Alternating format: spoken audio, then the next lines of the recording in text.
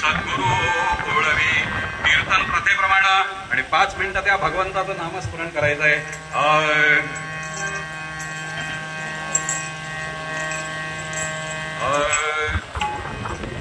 हे बघा, आता आपण रघुपती राघव राजाराम हे नेहमी म्हणतो, बरोबर आहे ना. आपल्याला काहीतरी नवीन शिकायचं आहे. आपण इथे सगळे कशा करता जमतो? नवीन शिकण्याकरता, नवीनचा शोध घेत असतो. म्हणून आताचा गजर मी जो तुम्हाला सांगणार आहे थोडासा कठीण आहे, पण नवीन. तेव्हा कान देऊन ऐकायचा आणि तसाच तो म्हणायचा. जय रघुनंदन जय श्रीराम जानकी वल्लभ सीताराम. जय रघुनंदन जय श्रीराम जानकी वल्लभ सीताराम.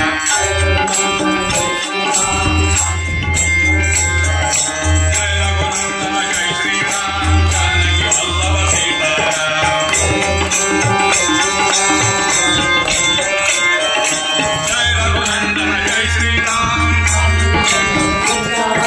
जय रघुनंदन जय श्रीराम. जय रघुनंदन जय श्रीराम. जय रघुनंदन जय श्रीराम. जय रघुनंदन जय श्रीराम. जय रघुनंदन जय श्रीराम.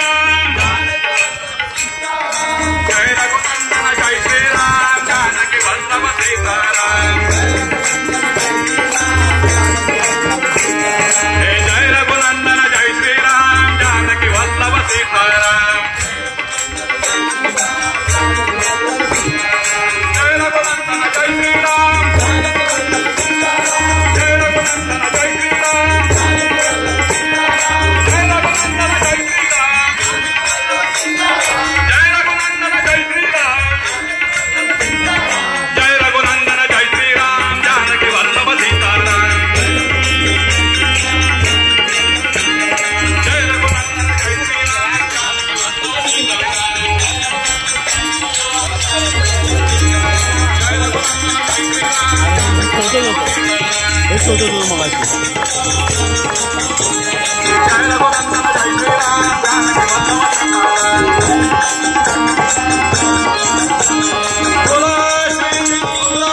महाबली हनुमान की. जय जय रघुवीर समर्थ. पुढे तेव्हा काय होतं तेव्हा नाकामध्ये शूटिंग तेव्हा. हा घेऊन घे बिंदास. तेव्हा हवं तिथे जाऊन ठेवूया. गजराचा आवाज काय माझ्या बाहेर गेला नाही. गडप उपास नाही ना, असा बोबडा बोलतात तसा का उच्चार होतो. आपण अर्थात प्रत्येक लोकांची प्रत्येक वेळची विविध कारणं देतात. काही वेळा आपल्यालाच ते समजून घ्यायला लागतं. मागे ठेवा म्हणजे सगळं कोणाचा अपमान होतो, कोणाचा मान राखला जातो, पण त्याला माझा नाईलाज आहे. मी जितका चांगला आहे इथेच ठेव चालेल. तितकाच विरुद्ध बाजूचाही आहे. तुमच्यात वाईट गुण जर तुम्हाला सांगितले नाही तर चांगले कसे तुमच्यात येणार? हा मुळात प्रश्न आहे. त्याच्यामुळे कुणावर राग धरायचा, कुणावर द्वेष करायचा, कुणाचा गैरसमज करून घ्यायचा, हे आता आपलं आपण ठरवायचंय. कारण मला आज 4 वर्षांनी मी इथे परत पदार्पण केलेलं आहे. माझी तब्येत तितकीशी बरोबर नाहीये, पण एक जिथे आपण आजपर्यंत कार्यक्रम केले आणि तिथलं आमंत्रण आल्यानंतर आपण तब्येतीचं कारण देऊन ते नाकारायचं, ही माझी पद्धत नाही. भले पायान दंगडत धोपटत कसाही मी पोचलो, पण मी पोचलेला आहे. तेव्हा आता तुमच्या समोर मी उभा राहिलो तेव्हा एवढ्या भक्तांसमोर मी काय बोलणार? तसं म्हटलं तर ह्याच्या आधी तुम्ही माझी कीर्तन ऐकलेली आहे, सगळं तुम्हाला माहिती आहे. किती प्रमाणात आपण चढू शकतो, किती प्रमाणात उतरू शकतो. पण गंमत कशी आहे की आज 4 वर्षांनी तुमच्या समोर मी उभा राहिल्यानंतर माझे हातपाय थरथरायला लागले. 2 मिनिटाचा सीन होता. ही धान वाजवायला यांना का बोलवलंय त्याचं कारण ते आहे की मला ती स्पीडमध्ये झान सुद्धा वाजवता येत नव्हती, म्हणून मी यांना मागे बोलावलंय. त्याचं कारणच ते की हा माझ्यामध्ये आलेला अशक्तपणा आहे. कारण एक तर डायबिटीसमुळे माझा अंगठा काढला गेला, त्याच्यामुळे माझा बॅलन्स उभा राहायचा जो होता समतोल तो पूर्ण ढासळल्यात जमा. मग त्याच्यामुळे काही माझ्या हातून चुका होतील, काही तुमच्या हातून चुका होतील, काही मला जे काही इथे उत्सवाच्या निमित्तानं जे काही आपलं पाणी थोडंफार निरीक्षण चालू असतं आल्यापासून ते इथून बाहेर पडेपर्यंत मला फक्त तुम्हाला सांगण्याची संधी कधी मिळते. संपूर्ण महाराष्ट्रात रामनवमीचा उत्सव भयंकर उत्साहात साजरा होतोय, पण उत्सवाचं वातावरण उत्साहातच निर्माण झालं पाहिजे, तर त्याला उत्सव असं म्हणतात. नाही तर निरुत्साह आमच्याकडे भरलेलाच आहे, त्याला तुम्ही काय करणार नाही, मी काय करणार. कारण उत्साह दाखवायचाच नाही म्हटल्यानंतर तो निरुत्साह झाला ना. तसं करू नका. तुम्ही परमेश्वराचे निस्सीम भक्त आहात, मग भक्तांनी भक्ताच्या स्वरूपात भगवंताची सेवा करावी, हा धर्मशास्त्राचा नियम आहे. तरच त्याला भक्त असं म्हटलं जातं. आपण गुरु, शिष्य आणि सेवक अशी जी आपली ही आहे रूढी आहे. गुरुला जर तुम्ही सदा सर्व काळ हमाली करायला लावली तर तो गुरु आणि शिष्याच्यात फरक काय. गुरुनी गुरुसारखंच आचरण ठेवावं, शिष्याने शिष्यासारखं आचरण ठेवावं आणि सेवकांनी सेवकासारखं आचरण ठेवावं. मग महाबली हनुमान, आपण हनुमंताचा हे बघतो चरित्र, मग हनुमंतालाच राम राम का म्हटलं नाही. भगवान रामाचा उपमा आपण, हनुमंत हा त्याचा सेवक आहे, रामासाठी काहीही करायची त्याची तयारी आहे. तो रामस्वरूप झालेला आहे ना, आम्हाला गुरुस्वरूप होता येत नाही अजून. आमचा जो गुरु आहे, तुम्ही ज्याच्याकडनं गुरुची संख्या घेतलेली आहे, गुरुची दीक्षा घेतलेली आहे, असा जो आमचा गुरु आहे त्याच्या पर्यंत आम्ही अजून पोचलो नाही आहोत. तर रामाची जो गोष्ट पुढेच राहील. कुंडलिक वरना हरिविठ्ठल. म्हणून आपण योग्यता ओळखायची आहे. आध्यात्मिक हे जितकं सोपं आहे तितकंच ते कठीणही आहे. आम्ही याच्या आधी धावलो नाही असं नाही, खूप मेहनत घेतली, पण आता ती शरीर साथ कितपत देईल ही शंका आहे. ते जाऊन दे. हा तुमचा आणि माझा मैत्रीचा हा आहे सल्ला.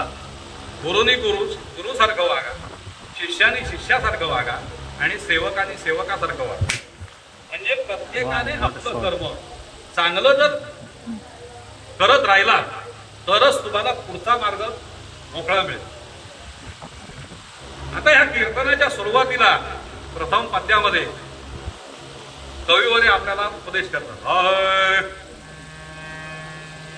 आरंभी वंदीना अयोध्येचा राजा, आरंभी वंदीना अयोध्येचा राजा, आरंभी वंदीना अयोध्येचा राजा, भक्ताची आकाशा, भक्ताची आकाशा पावतसे.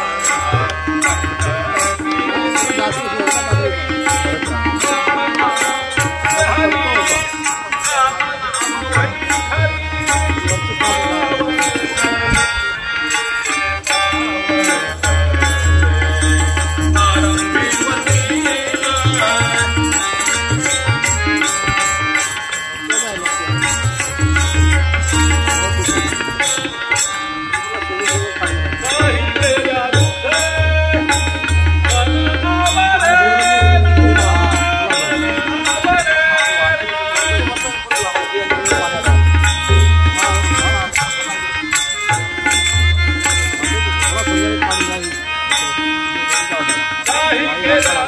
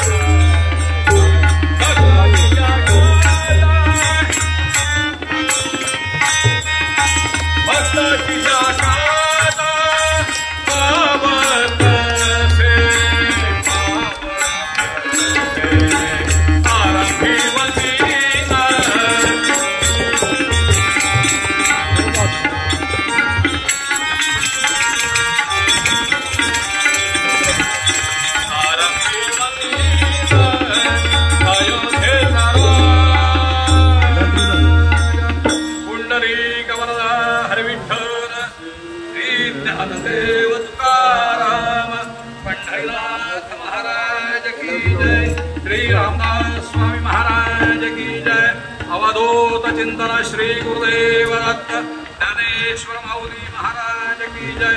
मंगलमूर्ती.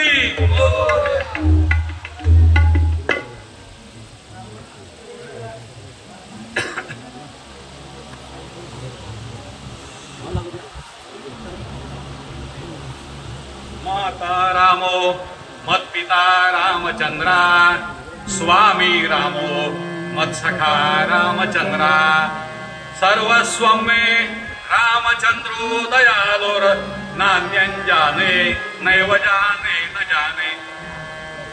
कीर्तनाचा जो आपला पूर्वरंगाचा अभंग आहे, आज परमेश्वर कृपेने संपूर्ण हिंदुस्थानात राम जन्मोत्सव साजरा होतो. आणि ह्या उत्सवाचं एक वैशिष्ट्य आहे की हा रामजन्म ज्या दिवशी रामजन्म झाला त्याच दिवशी रामदास स्वामींचाही जन्म झाला. माहितीये कोणाला? ज्या दिवशी रामाचा जन्म झाला त्याच दिवशी त्याच तिथीला रामदासांचाही जन्म झाला. एक दैवत आणि एक उपासक. दैवत कोण? राम. आणि उपासक कोण? रामदास. तर ही अशी जोडगोळी आहे.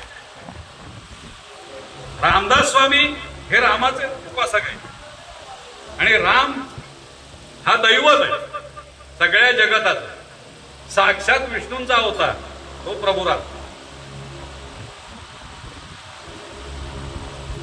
एक सगळ्या महिला वर्गाला विनंती, तुम्हालाही तुम्ही असं सरळ लाईनीत बस, वर बसण्यापेक्षा समोर जर तुमच्या पाठीमागे येणारी लोक बस. कारण काय मंडप भरल्यासारखं वाटत आणि थोडस शूटिंग होणार आमची. ही लेवल आणि ती लेवल एक होत. कारण ज्याच्या जन्माकरता आलोय त्याच्याच पेक्षा उच्च आसनावर बसायचं ते बुवानाही पटत नाही, समाजालाही पटणार नाही. त्याच्यामुळे एक तर तोंड तुम्ही अशी करा म्हणजे आपण देवाकडे चेहरा करून बसतो. आता तुमची पाठ कुठे आहे? काय फायदा आहे दादा? मला महत्व नाहीये, त्या देवाला महत्व आहे. मी तर बोलतच राहणार आहे. पण तुमच्या समोर जागा जी रिकामी राहील त्याच्यात येणारा बसेल. कीर्तनाचा एक नियम आहे, इकडे महिला वर्ग इकडे पुरुष वर्ग. जाऊन द्या. आता त्या पुढच्या पिढीला काय सतरंजाने धाकमत घालायचं काम राहिलंय. पुंडलिक वरदा हरी विठ्ठल. कारण हे सगळं समजून घेण्याकरता त्याच्या वंशामध्ये जावं लागतं. आणि वंशामध्ये गेल्यानंतर आपल्या अनुवंशिक गुण आपण म्हणतो. माझा पिता कीर्तनकार असता किंवा वडील कीर्तनकार असता तर पोरगा कीर्तनकारच जमेल याची आता गॅरंटी नाही. पहिली होती. पण आज आपण दिशाहीन झालेलो आहोत सगळे. दिशाहीन. दिशाहीनचा अर्थ काय? सापडत नाही असे दिशाई. भगवंतांनी काही तुम्हाला असं सांगितलं नाही ना की 8-8 दिवस उपवास करा, आपल्या शरीराला यातना द्या आणि मग मला प्रसन्न करा, असं तर कुठे लिहिलेलं नाही ना. असं जर भगवंतांनी कुठे लिहून दिलं असं, तुम्हाला दाखला दिला असला तर मी मान्य करीन. त्यांनी काय सांगितलंय? अहो येता जाता बसत उठता कार्य करिता सदा देता घेता वदनी वदता ग्रास गिळिता. तुम्ही येता जाताना बसता उठताना ना काही काम धंदा तुमचा करत असाल तर तुम्हाला दुसऱ्याला हातात आपल्या वस्तू देताना गोविंद म्हणता येतं का नाही? गोविंदाचं स्मरण करून तुम्ही दर्शन त्याला तुमचं काम देऊ शकता का नाही? पण आम्ही रागान देणार, घे चल पुढे. तुकाराम महाराज सगळे संत जे होते यांचा जर तुम्ही बारकाईनं अभ्यास केला तर सगळ्या संतांच्या मुखामध्ये हे भगवंत नाम असल्यामुळे ते वैकुंठापर्यंत पोहोचले आणि आपण लोंबकळत खालीच राहिलोय अजून. पुंडलिक वरदा हरी विठ्ठल. कारण नामस्मरण करायला आपल्याला वेळच नाही. ही समाजाची जी परिस्थिती आताची झालेली आहे ना, याला कारण आपण कलियुग म्हणणार नाही त्याला. कलियुगामुळे हे काही झालं नाही. कली हा आहेच, पण कलियुगामुळे तुमची हानी झाली नाही. हानी तुमची कुठे झाली आहे की तुमच्या घरच्यांचे संस्कार तुमच्यावर झाले नाहीत, ही तुमची मोठी हानी झाली. कारण आई वडिलांनाच जर संस्कार कोणी दिले नसते तर तो आपल्या मुलांना संस्कार काय घडवणार? आणि म्हणून आता कुठेतरी ते संस्कार वर्ग चालू असतात आणि त्या संस्कार वर्गामध्ये तुम्हाला तुमच्या मुलांना पाठवावं लागतं. पण आई बाप असं म्हणत नाही की माझ्या पोराला शिस्त मीच घरी लावतो. ही दुरावस्था आत्ता समाजाची आहे. मग ह्याच्यातनं आपण काय घेतो? वाईट ते आपल्याकडे सगळं खेचून घेतो आणि चांगलं सगळं सोडून देतो. हे उत्सवांची निर्मिती का झाली? हे उत्सव कशासाठी साजरे केले जातात? 4 दिवस आपण एकत्र असतो. आपल्या समोरचा माणूस, मी जर म्हटलो बाबा मी कीर्तनकार आहे, महाज्ञानी मी आहे, हा मी जर समज करून मागा घेतला तर तुम्ही कोण ठरता? असा माझा समज मी जर करून घेतला तर तुम्ही तुच्छच ठरता. पण आजपर्यंत माझ्या आयुष्यामध्ये माझ्या समोर आलेली व्यक्ती मी ज्ञानी आहे की नाही हे असं म्हटलंच नाही मला. कारण मी लोकांना सांगत असतो, ज्यावेळी मी तुमच्याजवळ बोलत असतो, तुमच्याजवळ संभाषण करीत असतो. आता ज्यावेळी आम्ही एखाद्याच्या घरामध्ये जातो, आता काही गोष्टी अशा असतात की त्यांच्या अंतर्गत गोष्टीत मी हस्तक्षेप करीत नाही. पण एखादी गोष्ट जर मला खटकली तर तिथल्या जाणकार माणसाला मी नक्की विचारतो. त्यावेळी तो काय सल्ला देतो? बोलायचं नाही. बोलायचं नाही का बोलायचं नाही सांग मला. मी मागाशी तुम्हाला गुरु, शिष्य आणि सेवक यांचं ते उदाहरण सांगितलं ना, त्याचाच हा संदर्भ आहे. कुठलीही गोष्ट न सांगता जर तुम्हाला करता आली तरच त्यात तुमचा मोठेपणा आहे. प्रत्येक गोष्ट तुम्हाला गुरुनी का सांगावी लागते हेच तुमचं दुर्दैव आहे. ह्याचा अर्थ आपण कमकुवत आहोत हे सिद्ध होतं. म्हणजे गुरु तुमच्या पाठनं फिरत आला अशी तुमची अपेक्षा आहे की काय? तुम्ही त्याची संथा घेतली, त्याला गुरु केला म्हणजे त्याच्यावर मोठे उपकार केलेत असं तुम्ही समजता की काय? तुम्ही म्हणता बुवा तुम्ही रागान बोलता, बोलणार. मी हिंदू धर्म प्रचारक आहे, वाईट दिसेल ते बोलणार. मला जे अनुभव वाईट येतात ते मी कीर्तनात सांगणार. भले धार्मिक विषय आपण म्हणतो ना, पूर्वरंग कसा, आध्यात्मिक कसा.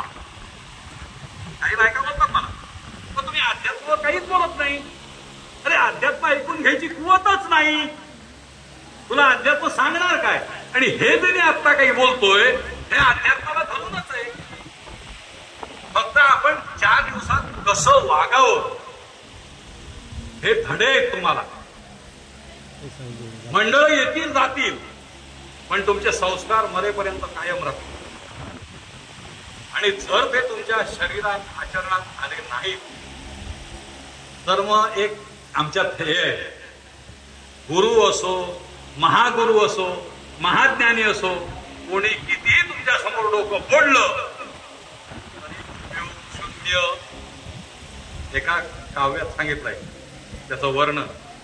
आला आला प्राणी जन्मासी आला, जन्म घेतला फुकट मिळाला. आला आला, अरे का तू बंद ठेवतो, मला काय करत नाही. आला आला प्राणी जन्मासी आला, आला आला केला केला व्याप ही सर्व केला, गेला गेला बापुडा व्यर्थ गेला. आला आला प्राणी जन्मासी आला. आता माणसाला जन्म मिळाल्यानंतर लहानाचा मोठा होऊन बोलेपर्यंत, शाळेत शिक्षण घेतोय तोपर्यंत त्या मुलावर संस्कार कोणाचे असतात? आई वडिलांचे ना. मग तो बिचारा पुंडलिक काय तुमच्यापेक्षा वेगळा होता? पुंडलिक हा जो होता त्यांनी पंढरपुरात विठोबा अण्णा समोर उभा केला, तो का तुमच्यापेक्षा वेगळा होता? तो तुमच्यासारखाच होता ना. मग भगवंताला आपलासा करण्याकरता, त्याच्यापर्यंत पोचण्याकरता काट्याकुट्यांवर हे चालत जावंच लागणार आहे. तिथे दयामाया नाही. कारण तो सांगतो ना, माझ्यापर्यंत यायचा रस्ता तुला काय इतका सोपा वाटला? पुंडलिक वरदा हरी विठ्ठल. आला आला प्राणी जन्मासी आला, आला आला वाढला थोर. आता आई बापांनी लहानाचा मोठा केला, ठीक आहे, संस्कार केले असतील. आई बाप जर निर्व्यसनी असतील तर त्या पद्धतीचे संस्कार. आई बाप जर धार्मिक संस्कृतीचे असतील तर त्या मुलावर त्या टाईपचे संस्कार होते. आता आपण हे जे अन्न खातो ना, अन्न, साधूकडचं साधूचा स्वभाव कसा असतो? संन्यासी वृत्ती असते, त्यागी असतो, तपस्वी असतो. पण अशा माणसाची एका चोराशी गाठ पडली तर एक वेळ अशी आली की एका साधूला अरण्यात वस्ती करावी लागली. वस्तीची वेळ आली आणि त्या अरण्यात वस्ती हा करणार कुठे, म्हणून तो शोध घेता एका चोराच्या घरी पोहोचला. पण आता चोरीने करून आणलेलं द्रव्य हे त्याच्या घरात असणारच ना. चोऱ्या करूनच त्यांनी ते कमवलेलं आहे ना. ह्या साधूने त्याच्याकडे जेवण खाण केलं, त्याला काय 4 ज्ञानाच्या गोष्टी सांगितल्या, पण चोर तो चोरच नव्हता. इकडे काय गंमत झाली, त्या साधूकडे एक चांदीचा लोटा होता. साधूकडे एक चांदीचा लोटा होता, त्याच्या झोळीत होता आणि चोरावर नेमकी लक्ष द्यायचं त्याच्याकडे होतं. आता याला साधूची संगत मिळून फायदा काय? लक्ष त्याचं लोट्यावर होतं. काय झाली गंमत की हा रात्री त्याच्याकडे जेवला. साधू त्याच्याकडे जेवल्याबरोबर त्याची बुद्धी भ्रष्ट झाली, कारण चोराच्या कडचं खाल्लेलं अन्न. आता तो लोटा लपवून ठेवत होता, घरातला लोटा तो लपवून ठेवत होता. पण इकडे मध्यरात्र झाल्यानंतर साधूची मती फिरली, कारण तू निर्धन आहेस ना, तुला धनाची अपेक्षा नाही ना. मग त्याच्या लोट्यावर तुझं लक्ष का? त्याने तर तो चोरूनच आणलाय रे. पण त्याच्या घरात चांदीचा लोटा आहे, त्याच्यावर साधूचं लक्ष गेल्याबरोबर ह्याची मती फिरली. आणि मती फिरायला दुसरं कारण काय झालं की हा जो रात्री जेवला, त्या जेवणाचा परिणाम त्या साधूवर झाला आणि त्याने तो लोटा उचलून चोर उठायच्या आत हा साधू गायब. पुंडलिक वरदा हरी विठ्ठल.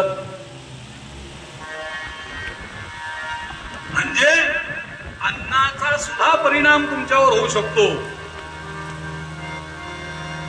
काया वाचा मनोभावे, कायेन वाचेन भावनेन, काया वाचा मनोभावे तुझा मी म्हणवी तसे, हे लाज तुझला माझी बुद्धी दे रघुनायका. आता झाले हे शरीर कोणाची आहे सत्ते, आपण आहोत तरी कोण. आपलं हे जर नश्वर शरीर आहे, 4 दिवसाच्या कुबड्या घेऊन आलेलं, तो त्याने आपल्याला कुठला अधिकार दिलाय का. भगवंतानी तुम्हाला आम्हाला कुठला अधिकार खाली दिलाय. आपण किड्या मुंगी सारखे जन्माला आलेलो आहोत, पण त्याच्यात एक त्यांनी चांगलं केलंय. बघा तुम्ही, चतुष्पाद प्राणी जो आहे त्याला 20 वर्षाचं आयुष्य दिलं. बैल 25 वर्ष जगलेला ऐकलात. बैल गाय चतुष्पाद प्राणी जे आहे त्यांना 25 वर्ष जगलेला ऐकलात काय तुम्ही. बैल नाही ना. द्विपाद पण पक्षी हे 20 वर्षाच्या वर जगत. किती झाली 40. जो बुद्धिवादी मनुष्य निर्माण केला त्याला 60 वर्षाचं आयुष्य दिलं. का तर त्यांनी काहीतरी त्याला समाजाचा उद्धार करता येईल, कारण तो बुद्धिवादी आहे. पण इथे आम्ही बुद्धिवादी आहोत, पण आमची बुद्धी दुसऱ्याकडे गहाण ठेवून वागतो. आम्ही आमच्या बुद्धीचा वापरच करीत नाही. तुम्हाला समाजात जर वावरायचं असेल तर तुमची बुद्धी बदलत पाहिजे. तुम्हाला ते समाज कसा आहे, काय आहे, त्याच्याकडे काय चांगलं आहे, काय वाईट आहे हे तुम्हाला ओळखता आलं पाहिजे. मग जसं चोराला तो लोटा दिसला, तसे आपण सगळे समाजात चोर म्हणूनच दिसू ना एकमेकाला. फायदाच काय त्याचा. मग तुम्ही माणूस ओळखू शकत नाही. मग याच्याकरता आपण म्हणतो ना, जय श्रीराम, समोरच्या जय श्रीराम म्हणतो तर मी ओळखेल ना हा रामाचा भक्त आहे म्हणून. फाट्यावर मारून गेला तुम्ही काय करू. पुंडलिक वरदा हरी विठ्ठल. असे बरेचसे लोक आपल्यात आहेत. आपण म्हणतो ना, तुम्ही आता विचार करा, मी ज्यांना हाक मारली त्यांनी जय श्रीराम आवाज दिला, पण तंगडी वर करून जाणारे पण आहेत. पुंडलिक वरदा हरी विठ्ठल. काय त्याला म्हणायचं जय श्रीराम. हेच नामाचं महत्व. अरे ते नाम घेतल्यामुळे तुला काय होतं याची कल्पना नाही. जे 60 वर्षाचं तुझं आयुष्य हक्काचं आहे. आता बघा गंमत. आयुष्य आहे तळमळीचे, जो जो करील तयाचे, परंतु तेथे भगवंताचे अधिष्ठान पाहिजे. सगळं तुम्ही करू शकता, पण त्या ठिकाणी त्या भगवंताला, त्या तुमच्या कर्मावर, तुमच्या आयुष्यावर, तुमच्या आयुष्याला त्याचं अधिष्ठान जर मिळालं नाही तर तुम्ही सगळे व्यर्थ आहात. आला आला प्राणी जन्मासी आला, झाला झाला वाढला थोर झाला, केला केला व्यापही सर्व केला, केला केला बाबुळा व्यर्थ गेला.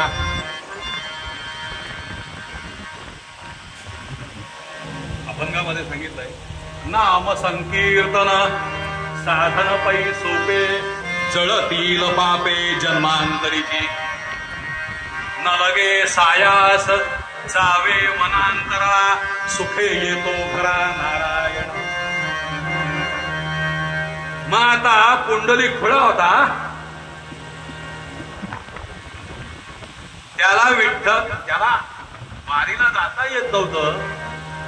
आई माता पित्यांची सेवा करीत होता तो, त्याची वारी चुकत होती, पण परमेश्वर भक्ती त्यांनी सोडली नाही. त्यालाही एका पद्यामध्ये त्यांनी वर्णन केलंय.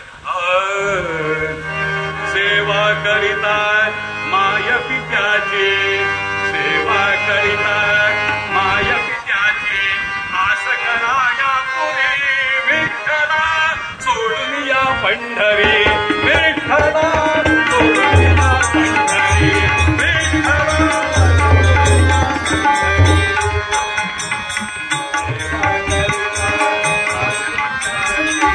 सेवा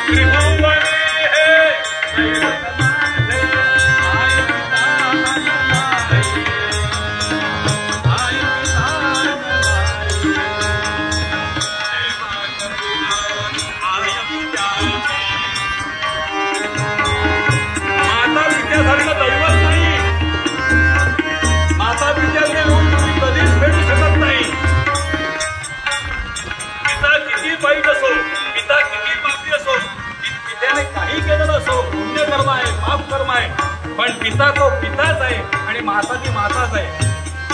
म्हणून सांगितलंय सेवा करिता माय पित्याची आशा करणाया विठ्ठला सोडून या पंढरी.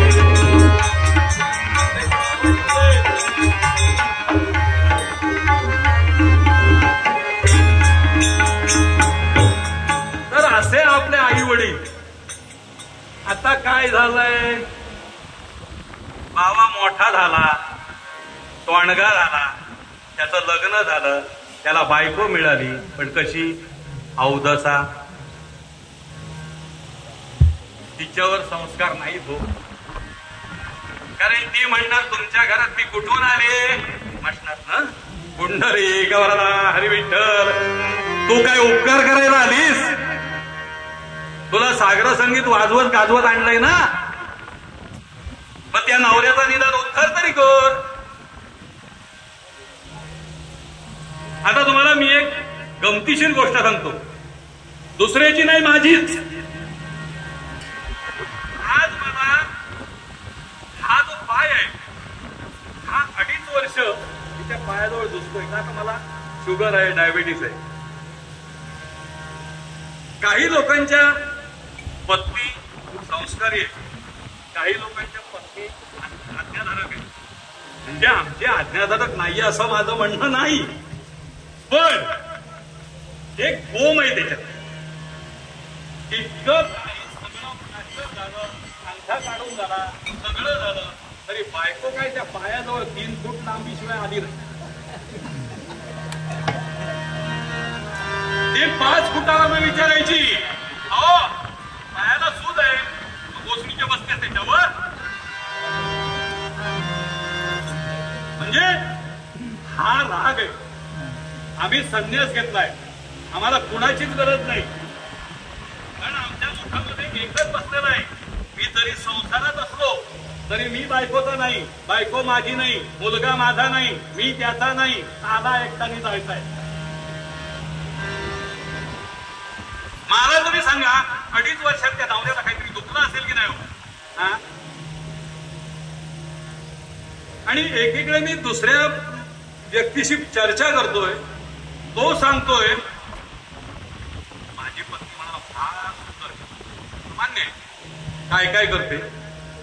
माझं म्हणाला आता एवढं वय झालंय, शरीराचं मालिश, दुखणं खुपणं सगळं करते. म्हटलं तुझ्या पायाचं तीर्थ मी तर पुण्यवंत होशील, नाही तो होणार नाही.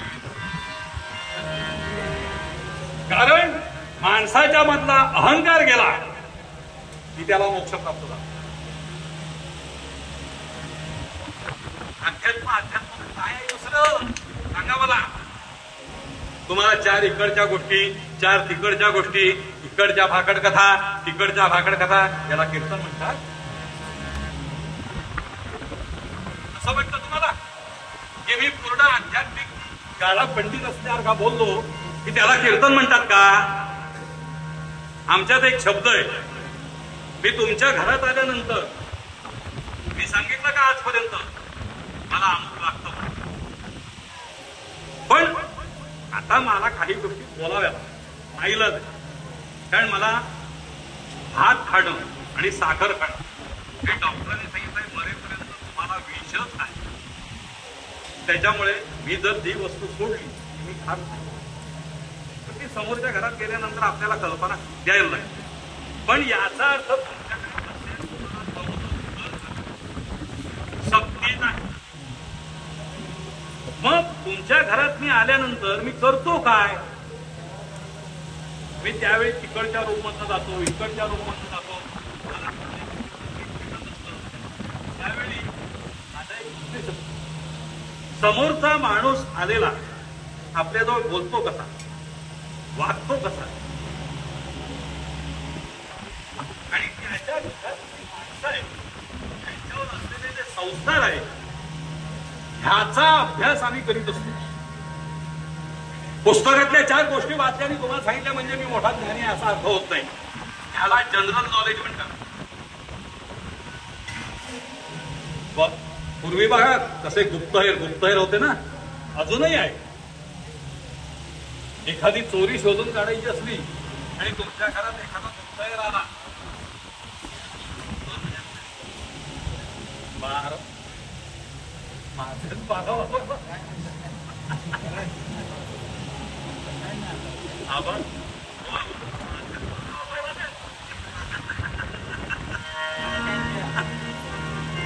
तर हे गुप्तहेर कसे असतात?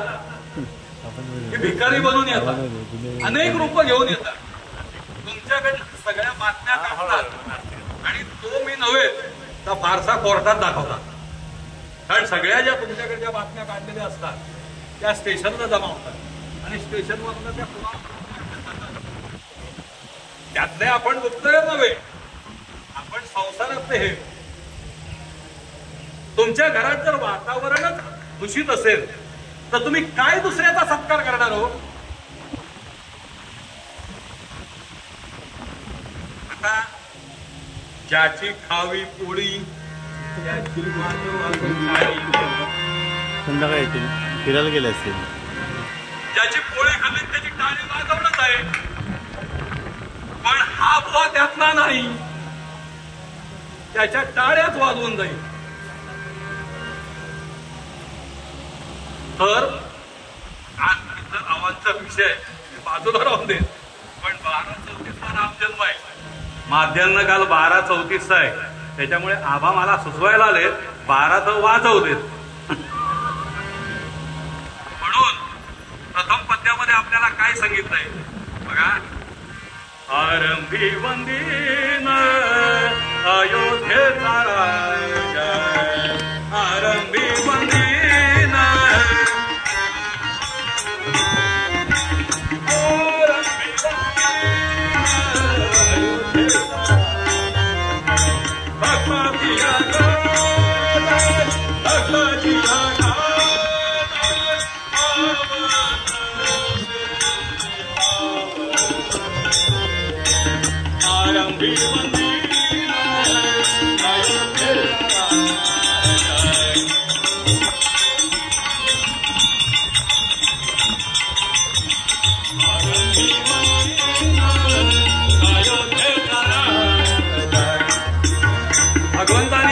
पहिल्या ओळीमध्येच आपल्याला हा जो अभंग आहे ना, हा रामदासांनी लिहिलेला आहे. आता हा अभंग सुसत एका पुढे एक याची कडवी जी आहेत ना, ही एका पुढे एक त्याची गुंफण केलेली आहे.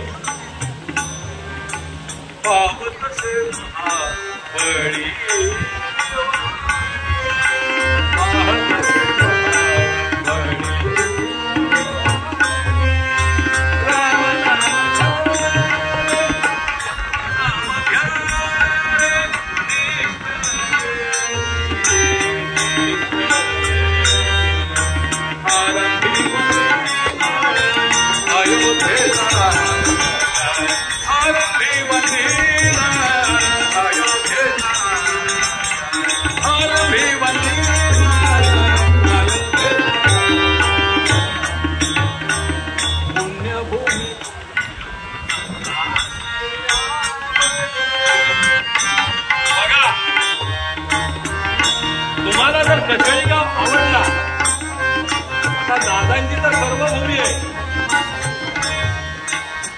इथेच संपायचे आबा, इथेच आले इथेच संपायचे. आता ते गुरुपदापर्यंत पोहोचले. हा त्यांच्यात आणि आपल्यात फरक आहे. ते गुरुपदापर्यंत पोहोचण्याकरता आपण कमी देणार नाहीये. म्हणून प्रत्येकाची जी पुण्यभूमी आहे, तुमचं जन्मस्थान आहे, तिथे तुमचा उद्गम झाला आहे, तो तिथेच तुमचा शेवटही आहे. पुण्यभूमी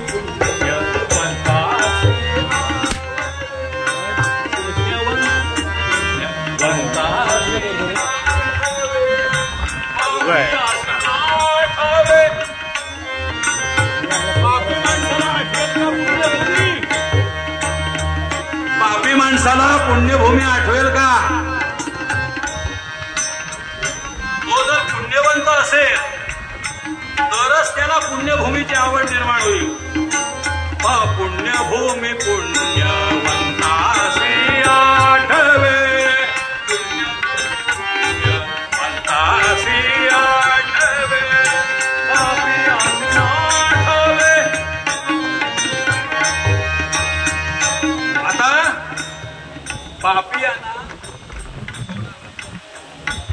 पापियासी ना ठावे, कारण पाप्याला आपली पुण्यभूमी कुठली हेच आठवत नाही. पापियासी ना ठावे पुण्यभूमी,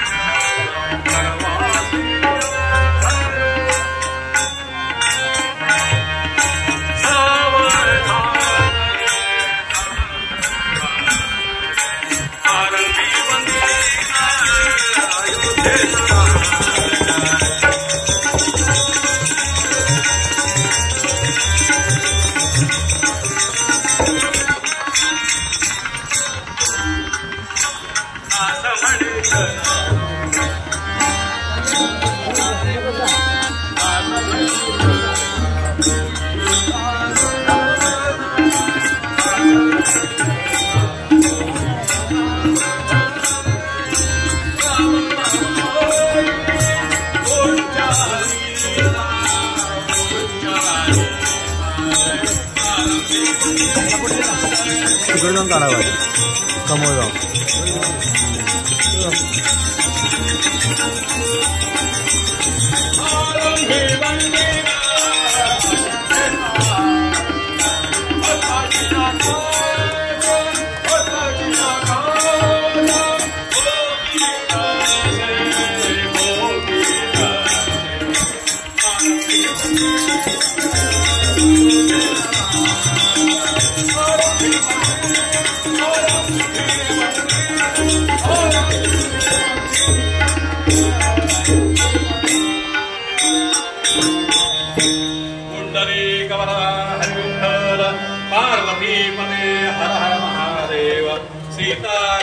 स्मरण जय जय राम. श्री गुरुदेव दत्त. प्रभु रामचंद्र महाराज की जय. महाबली हनुमान की. अवधूत चिंतन श्री गुरुदेव दत्त. सकाळी खाल्लेली खिचडी आहे ना, ही थोडी वरखली होती.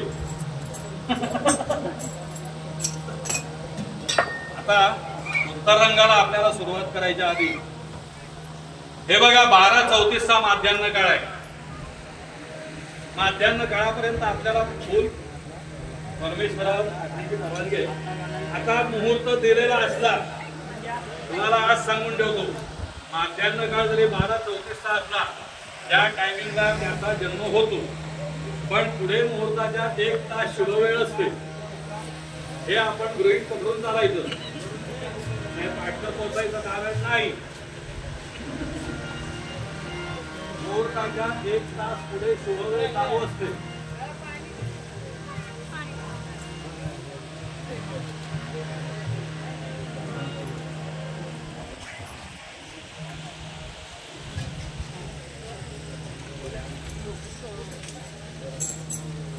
सगळ्यांनी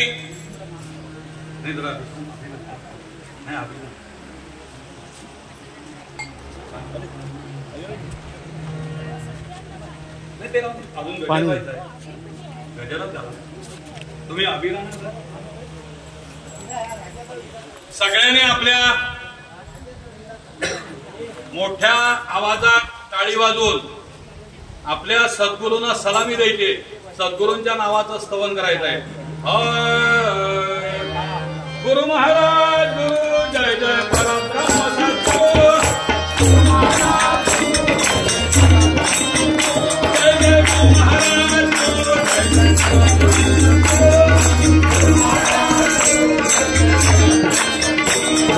परब्रह्म सद्गुरु.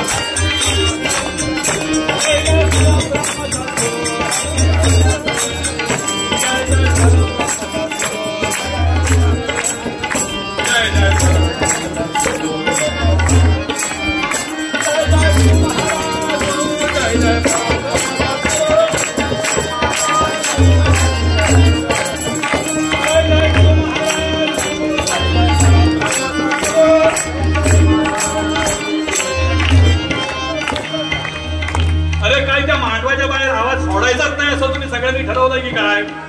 मला हे आवडत नाही हा. भांडताना कशा वाचा वाचा वाचा वाचा भांडता जोर जोरात आवाज काढून. देवाचं नाव घ्यायला एवढी लाज वाटते. गुरु महाराज गुरु जय जय परब्रह्म सद्गुरु जय जय गुरु महाराज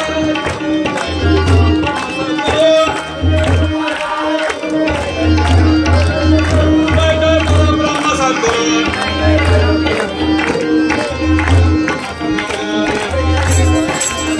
जय जय परब्रह्म सद्गुरु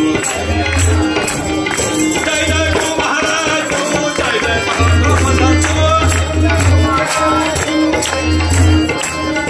जय गुरु महाराज गुरु जय जय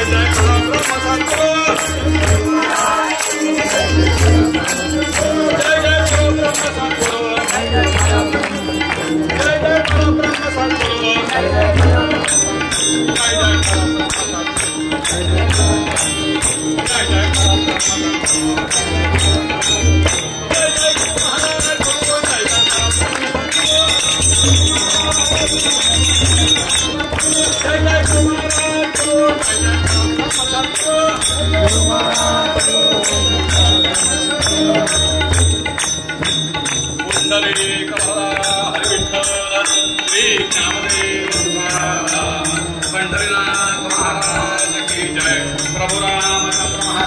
जय जय मंगलमूर्ति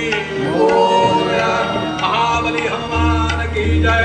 अवधूत चिंतन श्री गुरुदेव दत्त.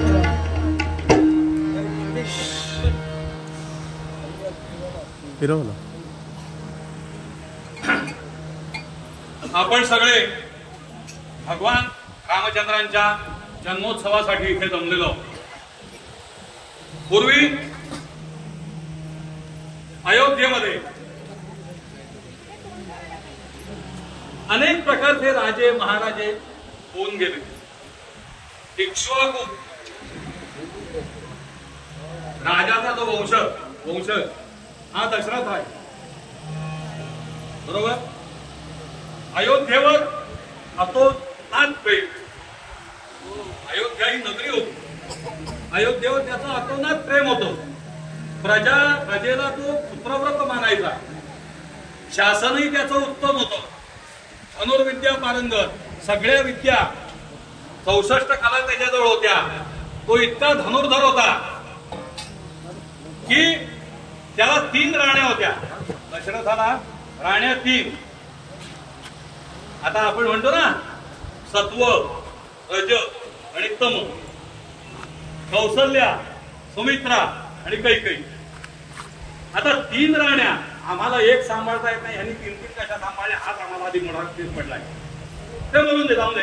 पण त्याला 3 राण्या होत्या आणि त्या राण्या सुद्धा त्याच्यावर इतकं प्रेम करायच्या जीवापाड की तो जसं प्रजेवर प्रेम करायचा. पण इकडे काय आहे, एक अवदसा, एक धार्मिक आणि एक भक्त. आता कैकेयीचा स्वभाव जो होता ना, तिचं नावच कैकेयी म्हणजे थोडी कर्कश. काही गोष्टी अशा तिने मागून घेतल्या होत्या दशरथाकडनं की वेळ आल्यानंतर मी तुला सांगेन. तू मला वर देतोयस ना, तो वेळ आल्यानंतर मी तुला सांगेन मला काय पाहिजे ते. पण ह्या दोघींनी काही मागितलं नव्हतं. तुमच्या आमच्यावर आपण भगवंताकडे काय मागतो, करोडपती करतो. तो करोडपतीला भिकारी बनवतो. तो आपल्याला काय करोडपती करणार आणि करोडपती करायला तुम्ही त्याच्यासाठी केलंच काय, हा मुळातचा प्रश्न. पण दशरथ हा जातो तसं नव्हतं. ऐश्वर्य संपन्न. पण त्याला जसा सत्व रज आणि तम हे 3 गुण आहेत. हे बंद करायला लागेल. एक दिवस ह्याला शिकारीला जायचं. छोटीवाली नाही. हा आदल्या दिवशी रात्री बंद करायला लागेल. दशरथ राजा त्या खेपेला त्याला एक स्वप्न पडलं. केलं ते स्वप्न काय पडलं, दशरथा स्वप्नाची ते पडले. दशरथा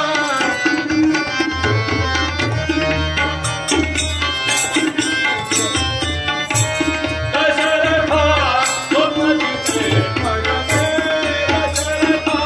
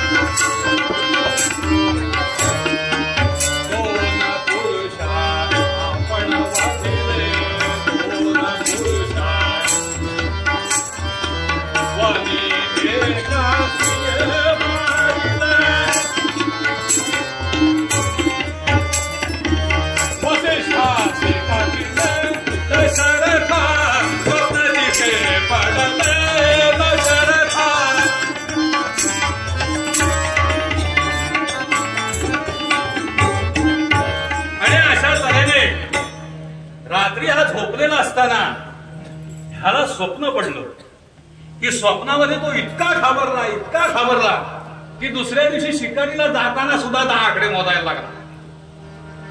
पण त्याचं मन काय सांगत होतं की स्वप्न ते स्वप्नच असतं, खरं होईल कशावर.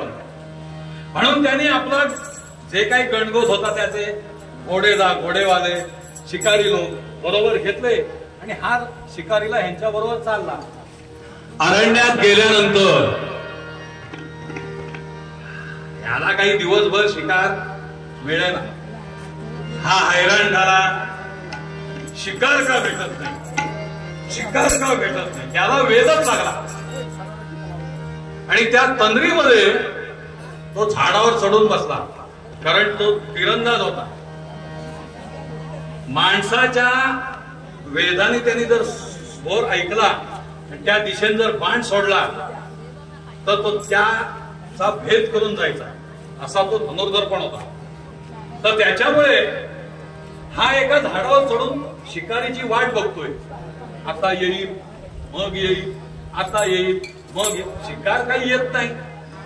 पण त्याच कालावधीमध्ये एक श्रावण बाळ, त्याचे आई बाप अंध होते, अंध माता पिता आपण म्हणतो त्याला. तर त्या अंध माता पित्यांना आता माता पिता काय मुलाची परीक्षा बघू शकत नाही, अतिशयोक्ती होईल ती.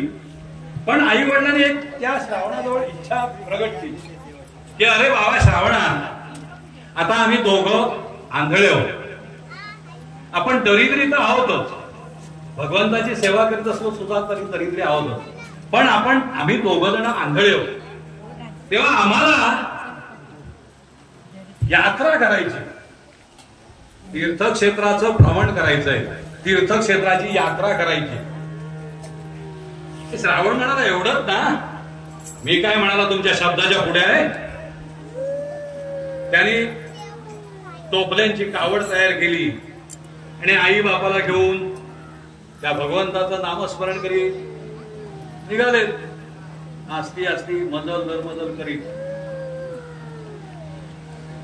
मुखाने नामस्मरण. हा, जय रघुनंदन जय श्रीराम जानकी वल्लभ सीताराम, जय रघुनंदन जय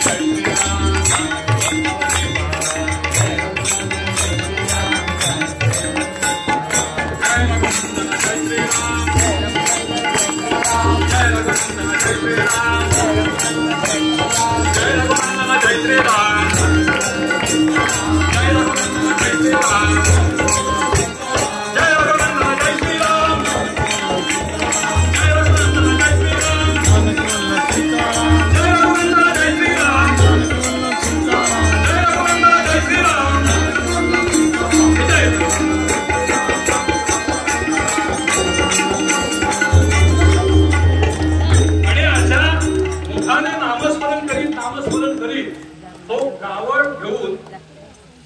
जंगलामध्ये दशरथ राजा मृगये करता म्हणजे शिकारी करता आलेला होता, त्याच ठिकाणी तो पोचला.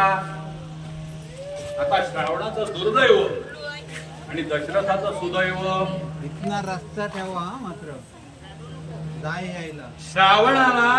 श्रावणाने आपली जी कावड होती आई वडिलांची ती एका सावलीच्या ठिकाणी झाडाखाली ठेवली आणि आई वडिलांना एवढंच म्हणाला की मी इथे पाण्याचा शोध घेतो, तुम्हाला तहान लागले ना. आई वडील सांगतात अरे बाबा आता तहान लागली, आता थोडं पाणी घेऊन ये, निदान जलपान तरी कर. तर ठीक आहे. आणि तो पाणी शोधण्याकरता ज्या सरोवराकाठी गेला त्या सरोवराच्या खाली उतरला आणि त्या सरोवरामध्ये आपला त्यांनी कमंडलू जो होता पाण्याचा गडवा तो बुडवला. त्या बुडवल्या बरोबर त्यातनं बुडबुड्यांचा आवाज आला पाणी भरताना आणि तो बुडबुड्याचा आवाज दशरथाच्या कानावर गेला. लपून बसलेला तो दशरथ आहे. तो आलं रे आलं काहीतरी आलं आता माझी शिका झाली. त्या आवाजाच्या रोखाने बाण सोडला आणि तो घुसला कुठे जाऊन श्रावणाच्या छातीमध्ये. त्याने एकच किंकाळी फोडली आणि आई ग म्हटलं. आई ग म्हटल्यानंतर त्या दशरथाला ती हात ऐकू गेली. त्याने विचार केला की आपल्या हातून काहीतरी अघटित घडलेलं आहे म्हणून एका पद्यामध्ये सांगितलंय अघटित दैवगतीचे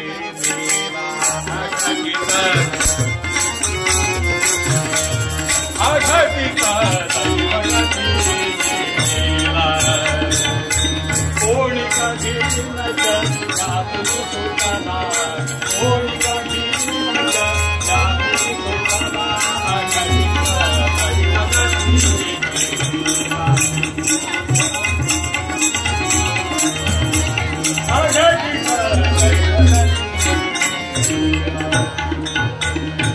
हे बघा हे घडणार आहे ते चुकणार नाही.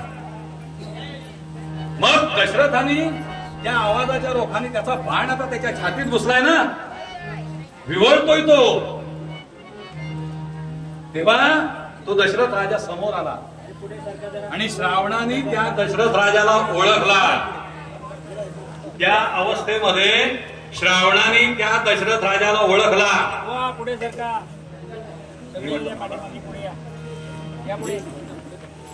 पुढे पुढे राजा पुढे. अरे म्हणाले तू होतास पुढे. एखादा श्लोक तरी म्हणायचा ना. पुढे तू होतास पुढे ब्राह्मण होता ना श्रावण. तर तू जर होतास आई वडिलांना घेऊन आलेला तर निदान एखादा संस्कृतचा श्लोक तरी म्हणायचा. मी झाडावर ऐकला असता मी सावध झालो असतो. माझी शिकार आहे समजून मी तुला बाण तरी मारला नसता ना. अरे बाबा पण माझ्या घडणारच होतं म्हणून म्हटलंय अघटित दैवगती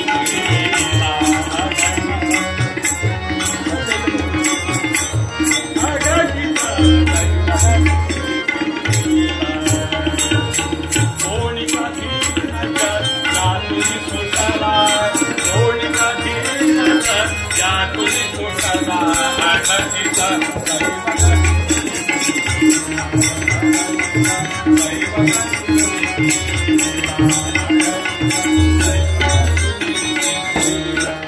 अरे राजा तू काय आजपर्यंत या दैवाच्या विलेमध्ये कुणीच सुटला नाही अशी जी लीला आहे ती घडवणारा वेगळा आहे. घडतो आता जन्माला येणार कारण त्याला जन्माला येण्याकरता तिकडे फिरे राजा तू मी जाण्याचा खेद करू नको. मी हा जाणारच आहे कारण माझं हे शरीर नश्वर आहे. तुझा बाण माझ्या शरीरामध्ये घुसलेला आहे. पण राजा आता एक काम कर. खेद करिता श्रावण बोले तळवळण करीला.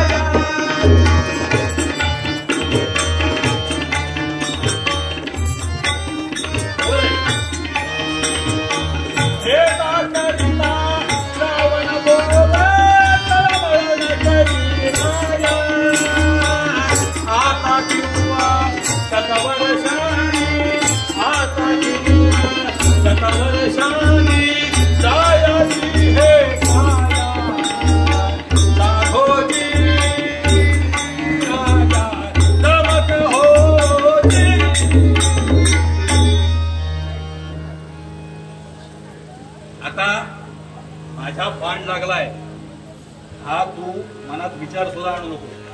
याचं कारण काय तू इथे खेद करीत राहिलास तरी माझ्या आई वडील तिकडे पाण्याविना तडफडताय. तेव्हा तू पहिलं पाणी घेऊन जा आणि त्यांना पहिलं पाणी पार आणि मग तू त्यांना सांग की काय तुझ्या हातून अहो पण ते जोडपं पण ब्राह्मणच होतं. तपोनिष्ठ होते ती दोघं माता पिता सुद्धा. काय अशी कच्च्या बोलीची नव्हती. राजा दशरथाने लोटा भरून पाणी घेतलं आणि तो दबक्या पावलाने तिथपर्यंत जायला लागला. त्या पावलांचा आवाज त्या अंध माता पित्यांना झाल्याबरोबर त्याने विचारलं, श्रावणा, अरे आलास का? पाणी आणलं असशीलच, आता एवढा वेळ कशाला करतोयस? आम्हाला जलपान कर ना, आम्हाला पाणी पाज. श्रावण काही उत्तर देत नाही, कारण हा श्रावण नाहीच आहे. हा त्याचा काळ बनून आणलेला यम आहे. तर श्रावण उत्तर देत नाही. त्यांनी गयावया केली, अरे बाबा पाणी पाज आता, आमचे प्राण कंठाशी आलेले आहे. त्यांनी सांगितलं दशरथांनी की असा असा प्रकार माझ्या हातून घडला, अपराध घडलाय. तुमचा दोघांचाही मी अपराधी आहे. मला शिकार मिळावी या उद्देशाने मी बाण सोडला, पण त्या बिचाऱ्याला बाण लागला, तो घायाळ झाला आणि तो मृतावस्थेमध्ये तुमचा मुलगा गेला. एवढा शब्द त्या आई वडिलांनी ऐकला. त्वरित वेळेचा विलंब न करता त्या दशरथाला शाप दिला. प्राणांतकाली मग शापिती त्या नरेशा, प्राणांतकाली मग शापिती त्या नरेशा, तू पुत्र पुत्र करुणी मरशील ऐसा.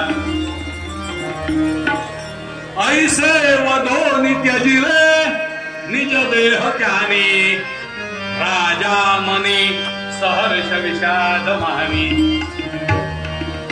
बघा, ताबडतोब शाप दिला आणि तिथल्या तिथे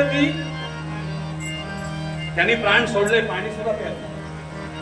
दशरथाने त्यांचं सगळं कार्यबिर्य आटपलं, श्रावणाचंही कार्य आटपलं आणि त्याच्यानंतर तो ज्यावेळी घरी गेला त्या खेपेला परत त्याचं डोकं काही ठिकाणावर नाही. कारण मगाशी म्हटलं ना, दशरथ स्वप्नाची ते पडते, दशरथ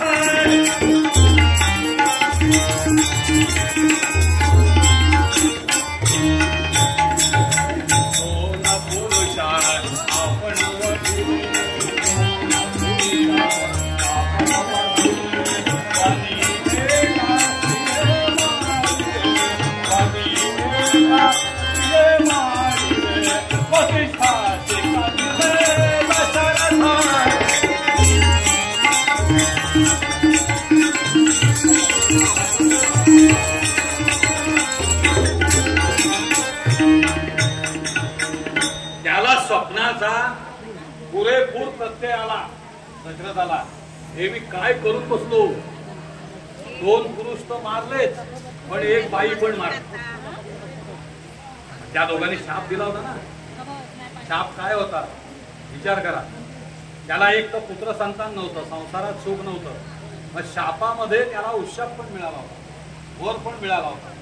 प्राणांतकाली मग शापिती त्या नरेशा, तू पुत्र पुत्र करुणी मरशील ऐसा. ऐसे वधो त्यजिले निज देह त्यानी, राजा मनी सहर्ष विषाद. राजाला एक ठाऊक झालं होतं, शापामध्येच आपल्याला वर आहे.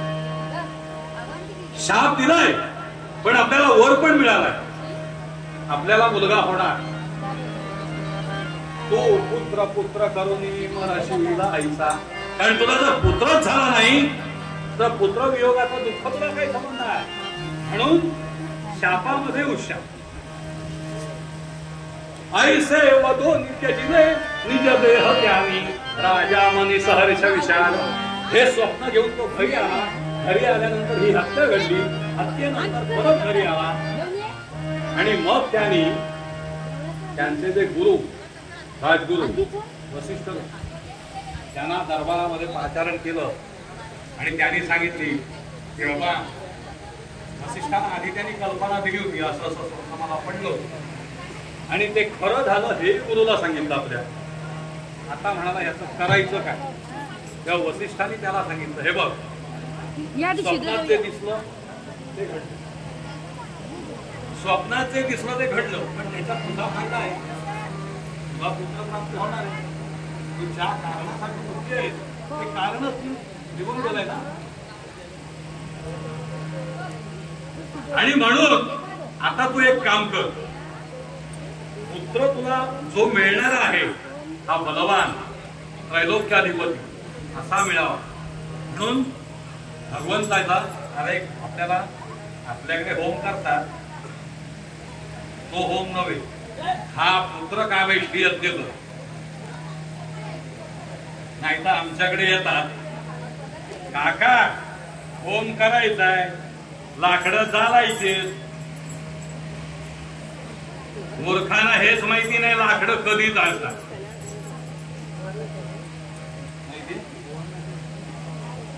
हवन कशाला म्हणतात आणि लाकडं जाळणं कशाला म्हणतात हे माहिती आहे का? बोला.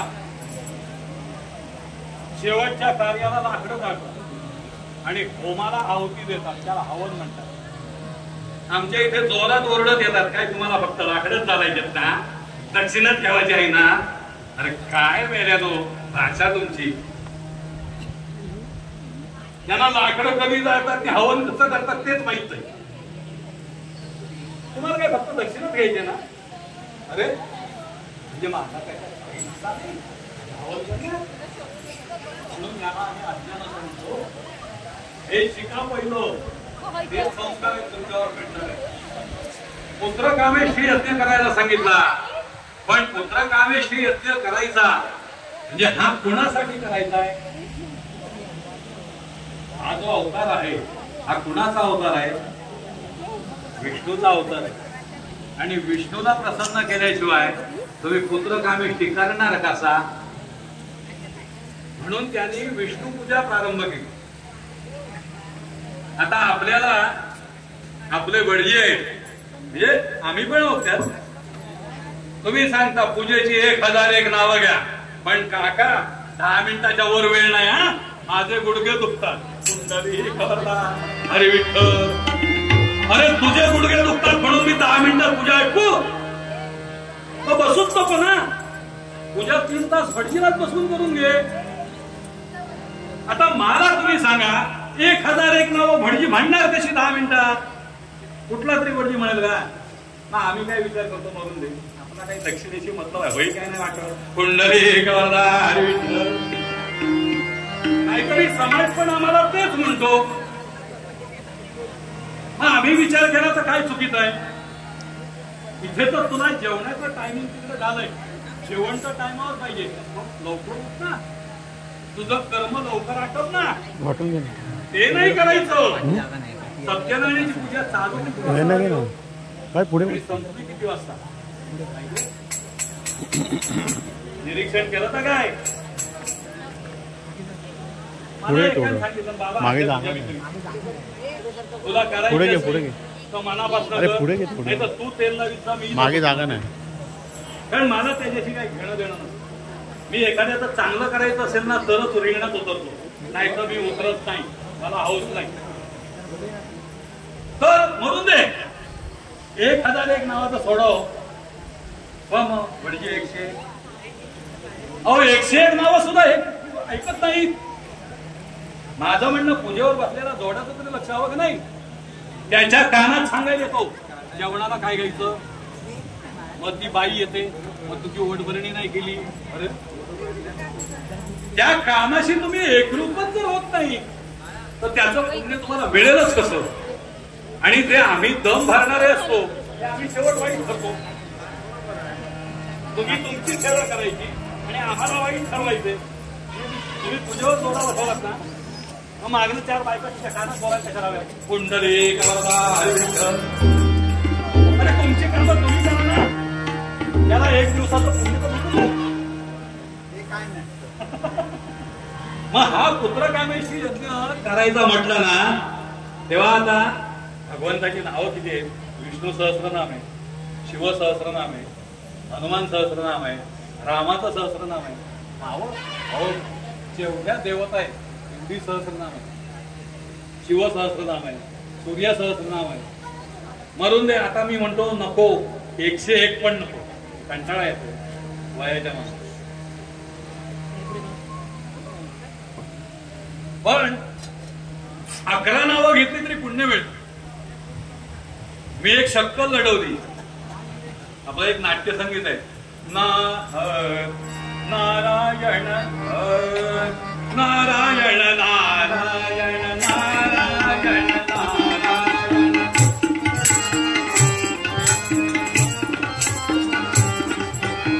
नाम तुझे अति पावन नाम तुझे अति पावन नारायण नारायण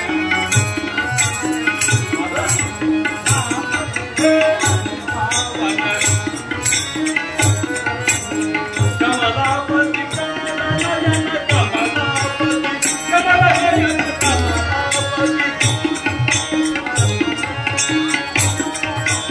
अवतारण भवहारण अवतारण भवहारण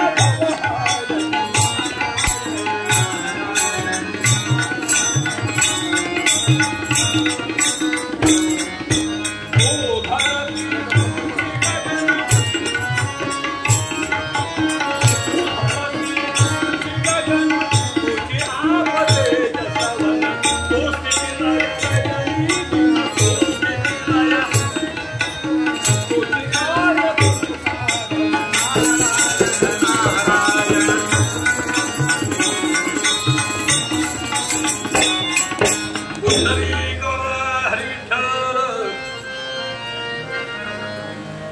ह्या नाट्यसंगीताचं ही 11 नावं दडलेली आहेत. मग ही 11 नावं जरी मुखातनं तुमच्या आली ना तरी तुम्हाला पुण्यप्राप्तीचा मार्ग मिळतो. तर जगताचं पालन करणाऱ्याची पूजा मांडायची. मग त्याच्यासाठी गुरूंची सगळी व्यवस्था करून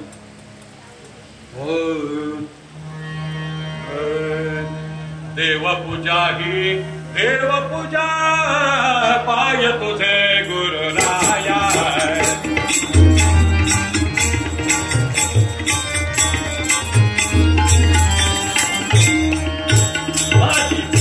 देवपूजा ही देवपूजा पाय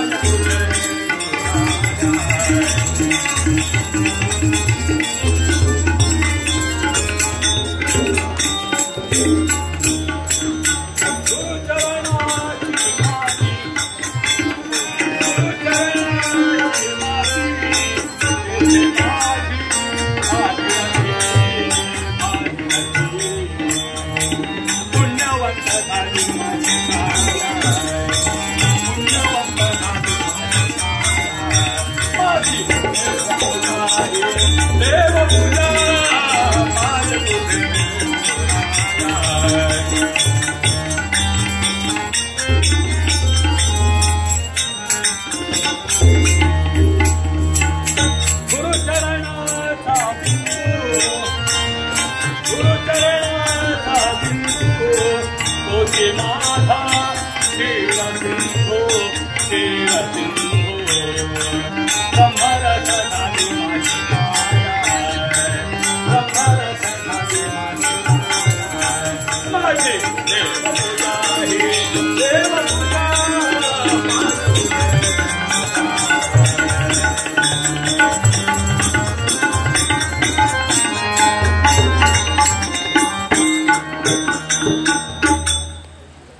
आपला जो देह आहे ना हा गुरुसाठी पहिला जिजवला पाहिजे, परमेश्वरासाठी जिजवला पाहिजे.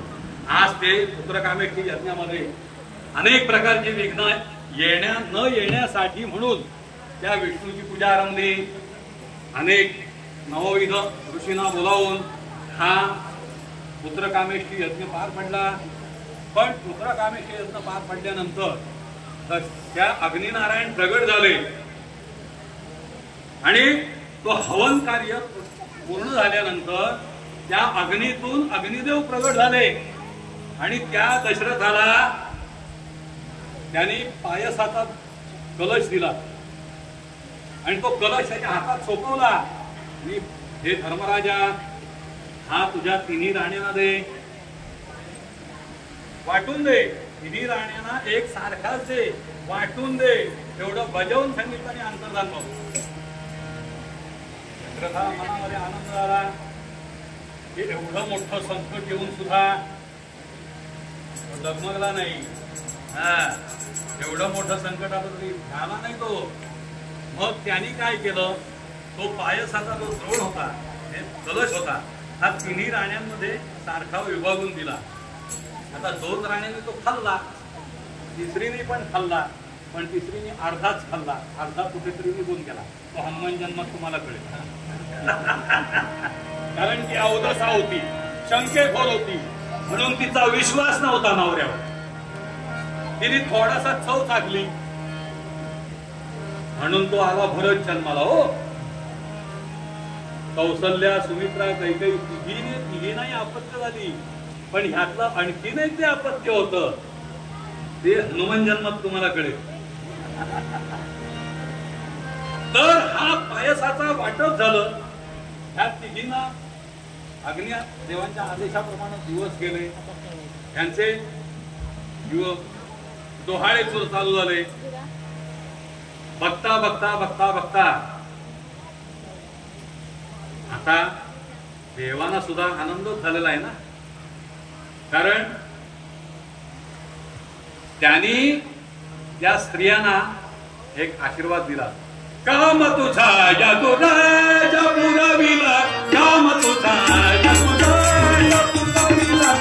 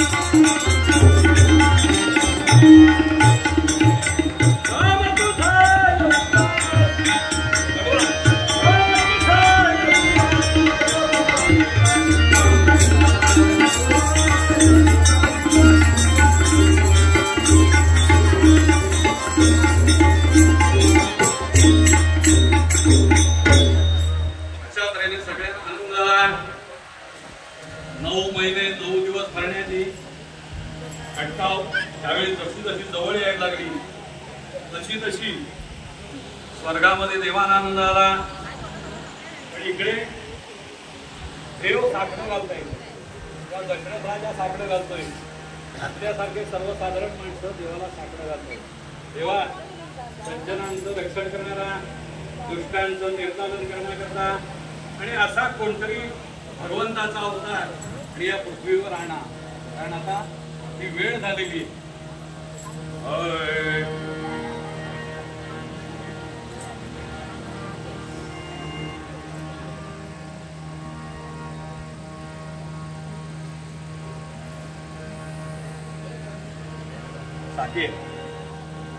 हवर मापद ज्ञान विलासाय, हवर मापद ज्ञान विलासाय, पूर्ण परात्पर शांती विलासाय, पूर्ण परात्पर शांती विलासाय. हवर मापद ज्ञान विलासाय, हवर मापद ज्ञान राक्षस काय करावे,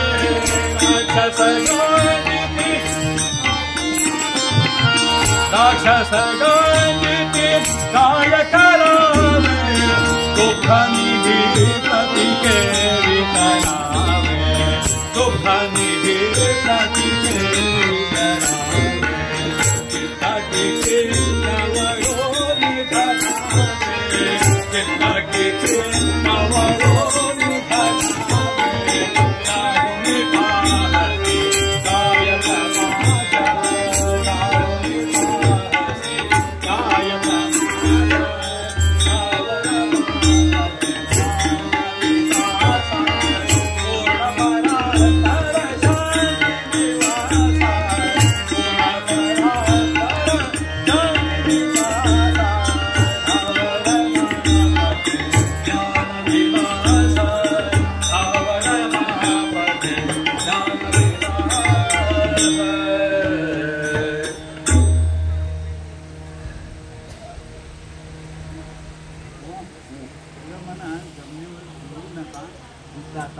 मग ते पाठीवर टाकायचं. नाही, माझं म्हणणं असं आहे की असं तुम्ही का करता? आकाशातनं देव, गंधर्व, यक्ष, किन्नर यांनी पुष्पवृष्टी देवावर केली आणि तुम्ही ती एका भांड्यात गोळा करून त्या देवाच्या पायावर वाढण्याचं कारण काय? पुष्पवृष्टी केल्यानंतर तुम्ही पायाखाली जावं किंवा कुठेही जावं, ती त्याच्या चरणावर एकदा पडली की साफसफाई कामगारांचं काम आहे, साफ रस्ता करून द्या. मला पटत नाही. तर अशा तऱ्हेनं भगवंताचा आज हा चैत्र शुद्ध नवमीचा दिवस आहे. दशरथाच्या आणि अयोध्या नगरीमध्ये आनंदी आनंद झालाय की आपला एवढा प्रजावत्सल राजा या राजाच्या पत्नीच्या उदरामध्ये आणि हा साक्षात भगवान विष्णूंचा अवतार अवतीर्ण होणार आहे. आणि म्हणून आकाशामध्ये दाटीवाटीनं आता वाजले किती? 34 झाले की नाही? बघा 12:34. घड्याळात बघा, माझ्याकडे बघू नका, घड्याळात बघा. विमानांची झाली नभी दाटी, विमानांची झाली नभी दाटी, अमर हरसे अमर हरसे वर्षी विधि प्रमुख है, विधि प्रमुख है, विधि प्रमुख है. ओ निरुष्ट कोटी राम जन्म पाहण्या, राम जन्म पाहण्या. कोट्यावधी देव, गंधर्व, यक्ष, किन्नर आकाशामध्ये दाटीवाटीनं तुमच्यासारखे सज्जन श्रोते, मायबाप, भगवंताचे भक्त अनेक आनंदी आनंद झालेला आहे.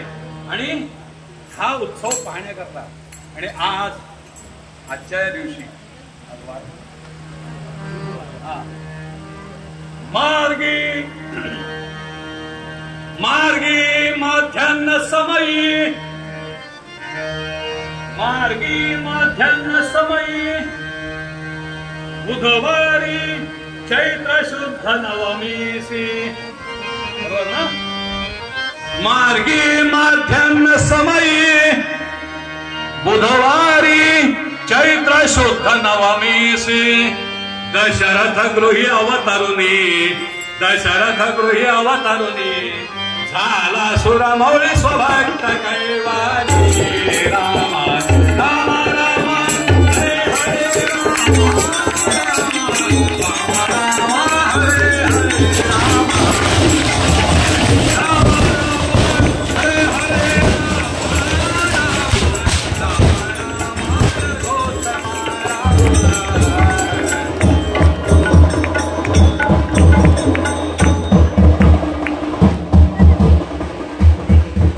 आणि अशा तऱ्हेनं या नवमीच्या दिवशी, त्या दिवशी आणि भगवंत या मृत्यूलोकामध्ये अवतार धारण करून आले.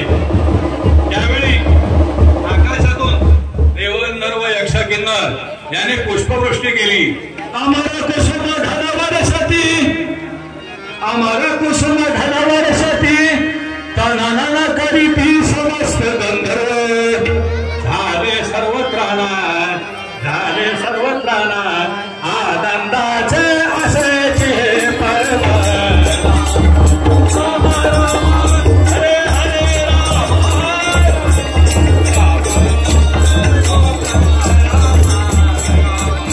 राम राम हरे हरे राम राम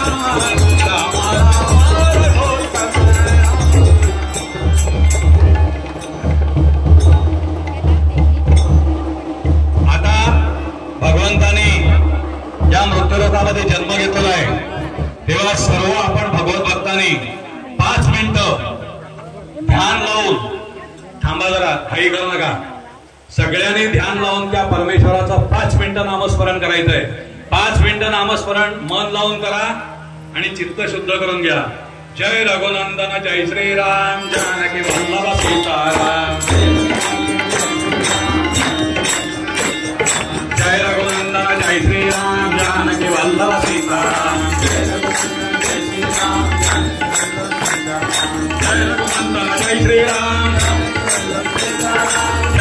रघुनंदन जय श्रीराम जय रघुनंदन जय श्रीराम जय रघुनंदन जय श्रीराम जय रघुनंदन जय श्रीराम जय रघुनंदन जय श्रीराम जय रघुनंदन जय श्रीराम जय रघुनंदन जय श्रीराम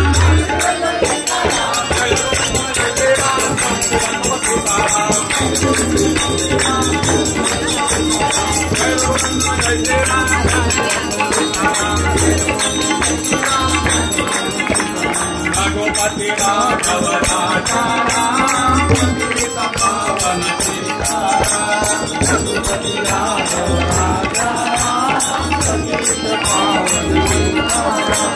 रघुपति राघव राजा पावन रघुपति राघव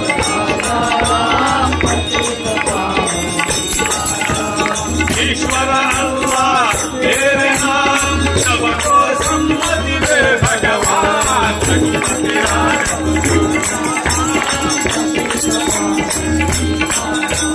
रघुपति राघव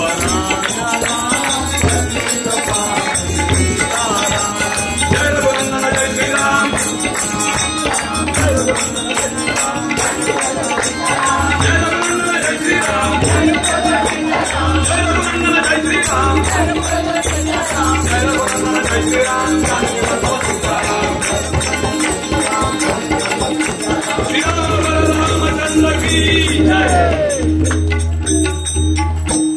हे बघा सगळे भारी उत्सुक आहेत पण मला पण काहीतरी बंधन आहे मी पण तुमच्याबरोबर उड्या मारून नाचून गाऊ शकतो भजन करू शकतो पण काय झालंय जन्म आत्ताच त्याला पुढचं आंघोळ पाणी काय बघायला हवं का नाही तुम्ही काय नुसते बुवा उडवा गुलाल उडवा काय चाललंय तुमचं बरं आता न्हाणीची तयारी करा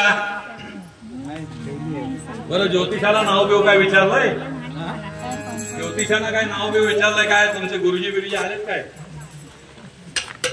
अरे बाबा त्याचं नाव काढायला लागतं पहिलं अजून त्याला नाव नाहीये आता नाव नाही उडत नाही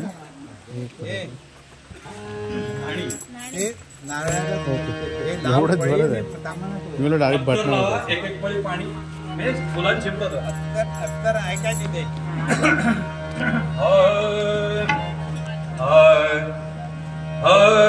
नाणी नाणीच्या निर्मलाच नाणी नाणी नाणीच्या निर्मलाच नाणी नाणी नाणीच्या निर्मलाच नाणी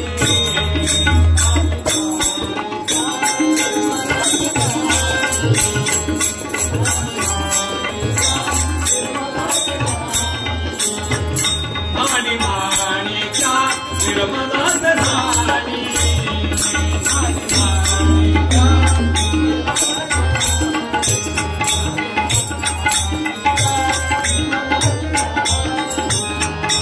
आणि तिची या भाग्याची कोणवाणी हो आणि तिची या भाग्याची कोणवाणी हो नाणी नाणीच्या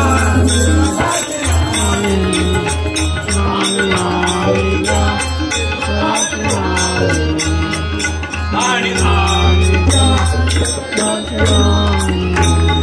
ज्याच्यामुळे सायुज्य सौख्य भरले ज्याच्या योगे सायुज्य सौख्य भरले त्याच्या स्नेहे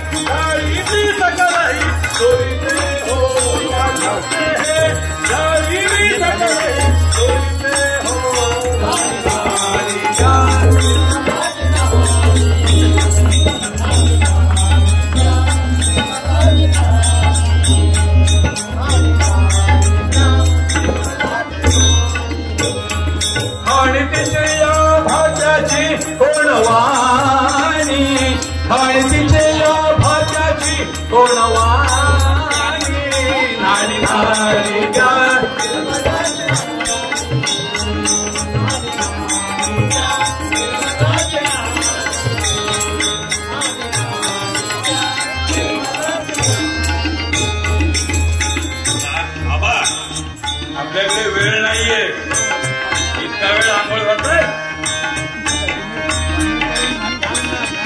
आता झाली आंघोळ, पाण्यात टाकायचं बघा काहीतरी. आता इकडे एक जण उभे राहा, इकडे एक जण उभे राहा, त्या बाजूला एक जण राहा, इकडे आहे.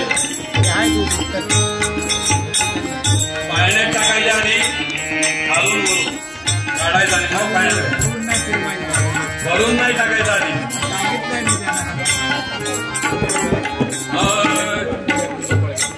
गोविंद घ्या कोणी गोपाळ घ्या, गोविंद गोविंद घ्या कोणी गोपाळ घ्या, गोविंद घ्या कोणी गोपाळ घ्या, गोविंद घ्या कोणी गोपाळ घ्या, गोविंद घ्या कोणी गोपाळ घ्या, गोविंद घ्या कोणी गोपाळ घ्या, गोविंद घ्या कोणी गोपाळ घ्या, गोविंद घ्या कोणी गोपाळ घ्या, गोविंद घ्या कोणी गोपाळ घ्या, गोविंद घ्या कोणी गोपाळ घ्या, गोविंद घ्या कोणी गोपाळ घ्या, गोविंद घ्या कोणी गोपाळ घ्या, गोविंद घ्या कोणी गोपाळ घ्या, माधव घ्या कोणी गोविंद घ्या, गोविंद घ्या कोणी गोपाळ घ्या, माधव घ्या कोणी गोविंद घ्या, माधव घ्या कोणी गोविंद घ्या, गोविंद घ्या कोणी गोपाळ घ्या, गोविंद घ्या कोणी श्री रामचंद्र महाराज की. हे सगळ्यांनी लक्षात ठेवा, नाव राम असं ठेवलंय आणि मागे श्री लावलाय, कारण जगतावर राज्य करतोय तो, म्हणून श्रीराम. नाही तर त्याचं खरं नाव राम. तर आता थोडासा आपण बारशाचा कार्यक्रम करूया. काय आहे, पाळण्यात ठेवल्यानंतर त्याला झोपवणं पण आवश्यक आहे. नाही तर नुसतं नाव ठेवायचं, पाळण्यात ठेवायचं आणि लोकांना दर्शनाला न्यायचा, काय फायदा आहे त्याचा? जरा त्याला विश्रांती घेऊन दे.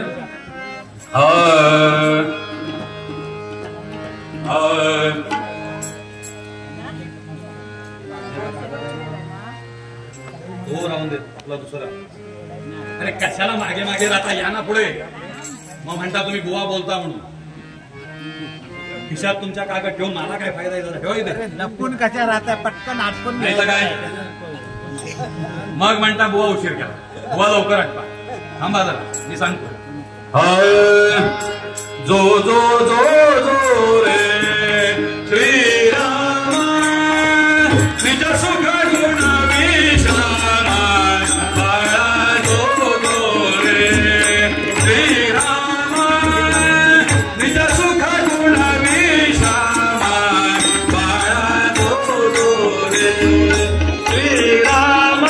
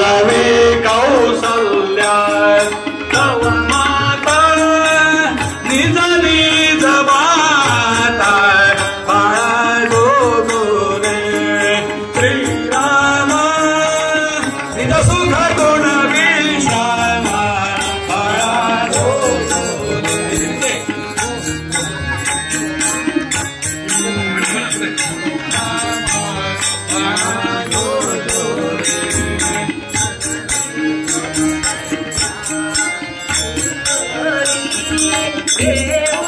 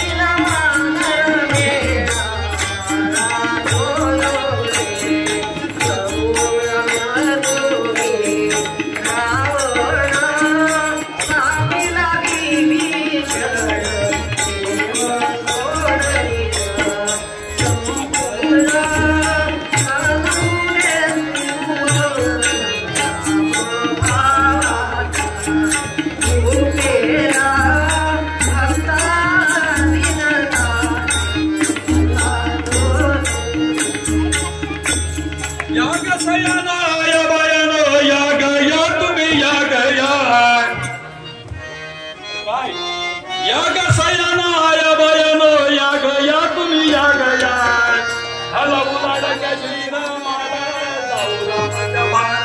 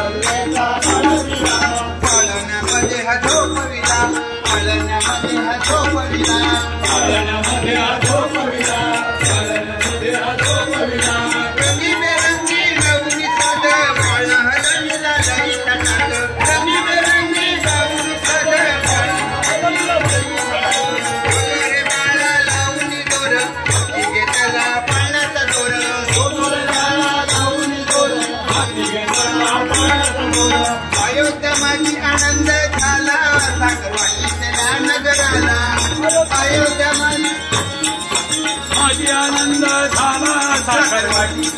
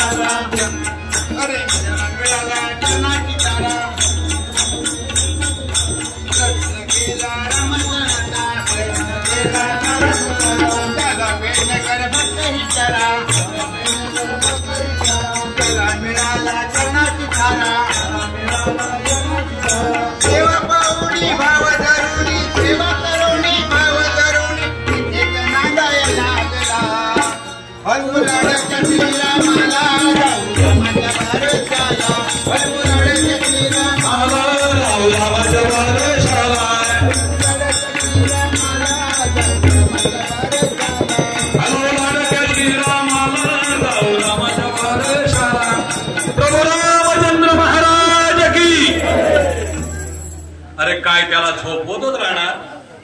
काढा आता बाहेर काढा. फक्त एक सगळ्यांनी सूचना लक्षात घ्या. जिथे जागेवर बसलेले आहात तिथेच बसून राहायचंय. देव आता मंदिरात भेटून तुमच्या जागेवर बसल्या ठिकाणी तुम्हाला दर्शन देऊन येतील, घेऊन येतील. कुणीही जागेवर हलायचं नाही. फक्त नामस्मरण करायचंय. श्रीराम जय राम जय जय राम. श्रीराम जय राम जय जय राम.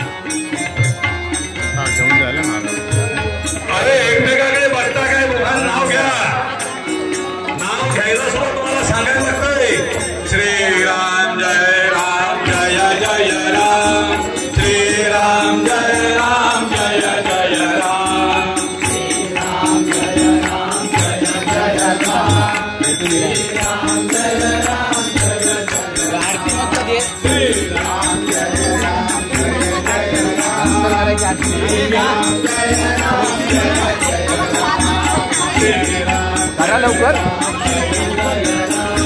5 जण आरती करताय.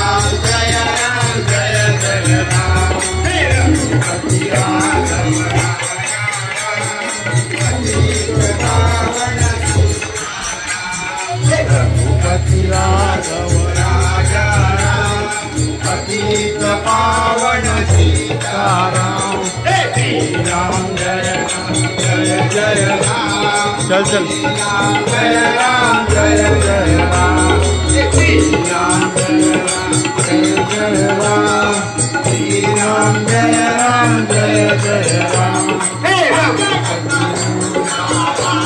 माते सात होईल जय माते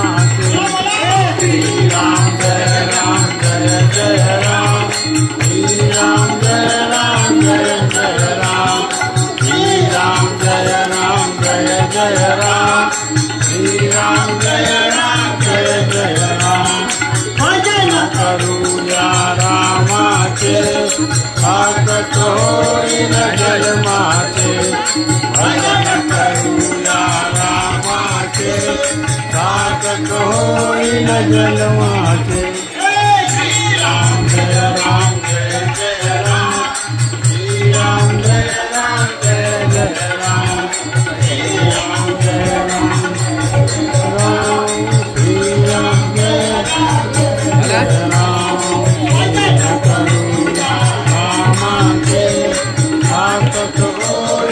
जन्माचे भजन करूया रामाचे सार्थक होईल जन्माचे श्रीराम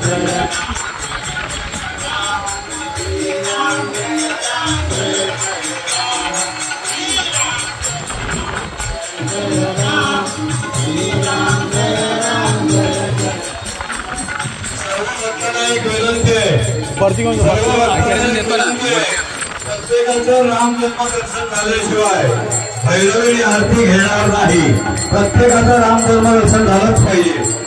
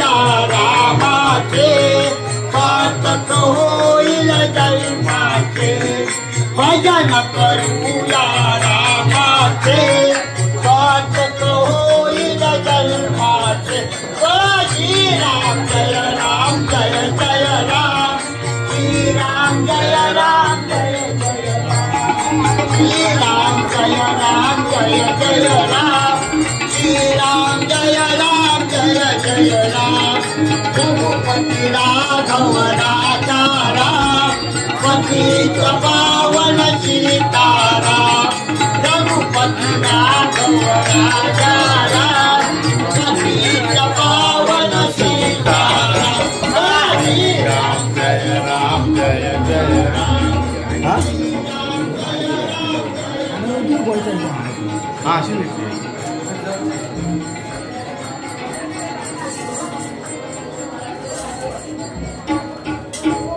जय श्रीराम. जय श्रीराम. हे थांबा थांबा दर्शन थांबा. दर्शन एवढा आता हे होते. झाले झाले.